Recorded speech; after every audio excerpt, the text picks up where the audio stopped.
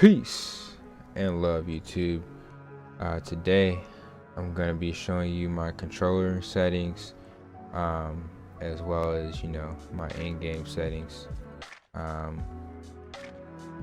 use a red controller as well as a black controller, but I do notice for some reason with my PS4 remote play that the red controller has a bit more delay. I'm not sure as to why that is, if it's just my controller that's a little bit defective, or if there's actually some type of difference between the two. There shouldn't be a difference, it's just a color, but I definitely notice more delay in the red one. Anyway, I keep character optimization on. Adjust how far other adventures will be visible is set to 10. Hide other adventures, I turn that on so that when there's more than 100 people on the screen, that the other adventures will start to disappear, and it will allow me to maintain some of my frames, right? Display settings, that's monitor specific, right? Audio settings, that's completely optional, up to you. I play PS4 remote play, so I don't personally listen to in-game music. I listen to my own music.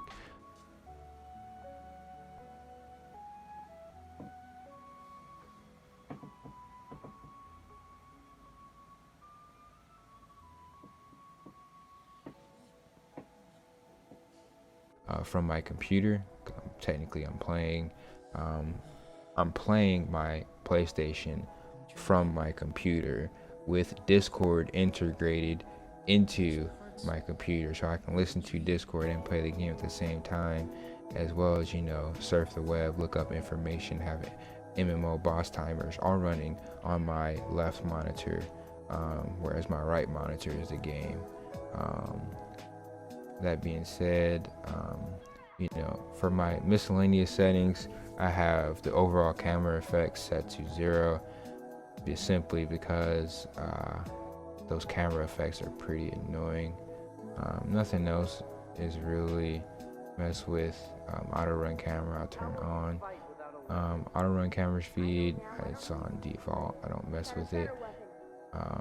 And for my interface settings, right, I actually switch these around because I am used to playing fighting games, okay? And in most fighting games, X is your main attack. So I use that as my main attack, and my secondary attack is R2, because on Wizard, my secondary attack is actually my ranged attacks, whereas my main attack, it also does the same thing, but when I press X and do a combo, L2 and X does a combo, but L2 and R2 does something completely different.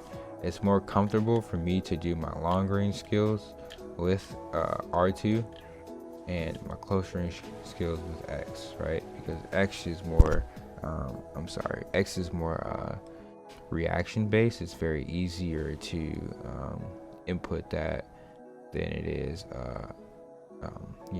a trigger button. A trigger takes a little bit more of your hand, right? So secondary attack on R2, because those are typically ranged attacks and I can have a little bit more time to cast those. With X, I cannot miss those main attacks, so X isn't that primary for that.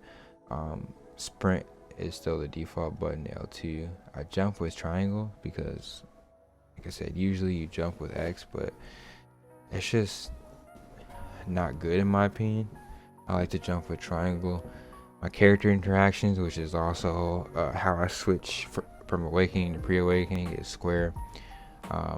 My special action 1 are actually like my buffs. Special action 2, my special action 2 is like debuffs. Pre-awakening, it is my heal, right? It's essentially more buffs, debuffs, whatever. So my other special action is circle, because special action 3, believe it or not, is actually closer to being like a main attack or secondary attack. Special attack 3 is it's very essential skills that are used for combos, so it doesn't seem like in my opinion, it just doesn't seem like the action buttons were set up very intuitively. Now, while I'm also talking about hotkeys, right, for my controller, then let me also show you how to set up your ring menu setting. The ring menu setting is the hotkeys at the bottom of the screen: L2 left, right, up, down, etc.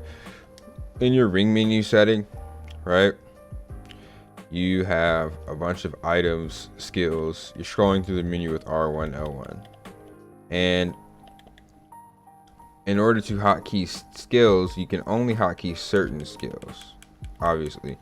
But in order to hotkey these skills, you need to scroll through the ring menu with L2, R2.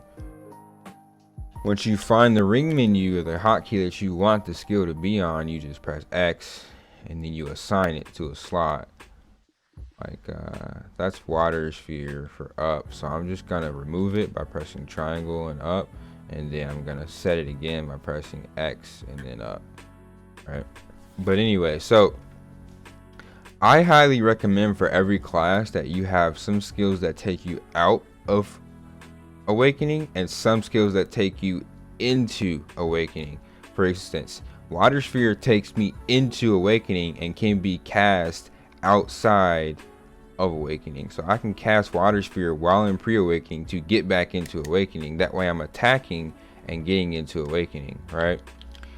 My sage takes me out of awakening into pre-awakening so that I can use hotkeys for absolute meteor. Here, let me just show you.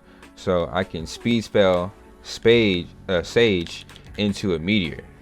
I'm using the skill command for meteor. I also know the skill command for absolute earthquake. However, I like to have absolute earthquake hotkey to down, because sometimes I will just simply absolute earthquake while being in my awakening form, right?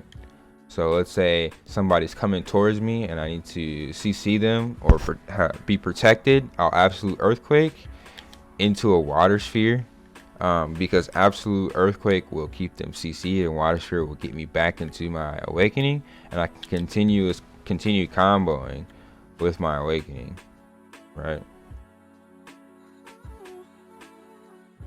My dual shock settings, the controller vibration, I turn that on just in case I'm AFK. I can hear my controller vibrate. Camera quick turn, I don't really need it. My horizontal settings are very important because this has to do with how you're moving your crosshair, right? So the sensitivity of your crosshair is determined by essentially your play style, right? The sensitivity of the crosshair is determined by your play style. If you move the analog stick a lot, then you may want a lower sensitivity, just slightly lower, just so it can be more accurate. And if you notice, when I move from left to right, there's very little up and down movement. I want no vertical sensitivity, right? I want very low vertical sensitivity. My horizontal sensitivity is pretty high because I want to switch screens or switch targets or switch directions of my screen pretty quickly. So that's why it's 65. But the vertical sensitivity, I just don't really find myself in a situation that often as to where I need to actually look up or look down, right? There's just not many situations as to where I'll actually have to vertically attack somebody. Typically most fights, they're on the same level as you, right? And I also have it set to manual camera, not auto camera. That is all I pretty much wanted to cover. If I missed anything, or if I didn't go too in depth about something that you wanted more information on, please drop a comment below and I would be happy to help.